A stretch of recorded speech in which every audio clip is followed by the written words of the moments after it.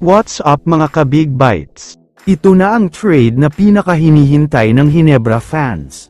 Pero bago ka sana magpatuloy sa panunood ay huwag mong kalimutang mag-subscribe sa aking YouTube channel. Ang una nating pag-uusapan sa video na ito ay si Jamie Malonzo. Maraming mga Facebook post ang nagsasabi na nagagalit na daw ang Hinebra sa kanya. Dahil maliban sa matagal siyang may injury ay matigas pa daw ang ulo nito. Alam naman kasi nating lahat na last conference lang ay nagkaroon siya ng isang issue na nag-trending at pinag-usapan talaga. Hindi na nga nagkaroon ng balita kung ano na nga ba ang nangyari sa kaso na kinasangkutan niya. Kung hindi ako nagkakamali, 3 games lang siya nakapaglaro para sa Hinebra last conference, after nito ay hindi na talaga siya nakapaglaro. Kailangan sana siya ng Hinebra lalo na noong semis kontra sa Meralco pero wala talaga siya. Ngayong bagong season ay hindi na naman makakapaglaro si Malonzo, dahil hanggang ngayon daw ay hindi pa rin gumagaling ang injury niya.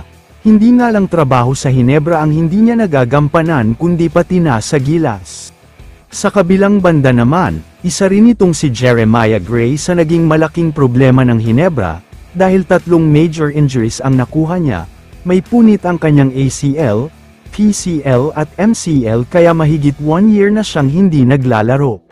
Kaya naman ayon sa mga reports, mukhang handa na daw ang Hinebra na bitawan sina Jeremiah Gray at Jamie Malonzo, at maghanap na lang ng isang superstar na mas magaling at mas talented kesa sa kanilang dalawa.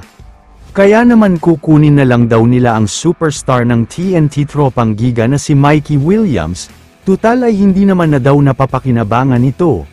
Dahil mahigit 2 years na siyang hindi naglalaro para sa TNT.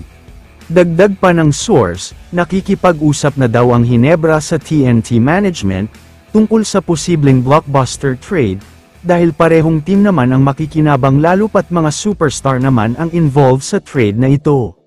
Kung ako naman ang tatanungin, hindi ko alam kung sino ang makikinabang ng husto sa trade na ito. Dahil ang malaking katanungan kay Mikey Williams ay kung nakakondisyon pa nga ba ang katawan niya, dahil sobrang tagal na noong huli siyang naglaro.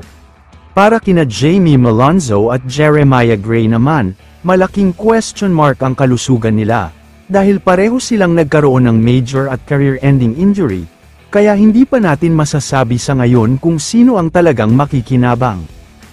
Kaya naman kung kayo ang tatanungin, sino sa tingin nyo ang mas makikinabang sa trade na ito? I-comment mo naman ang opinion mo tungkol sa tanong na ito. Dito na muna nagtatapos ang video na ito. Maraming salamat sa panunood mga ka-Big Bites. God bless sa inyong lahat.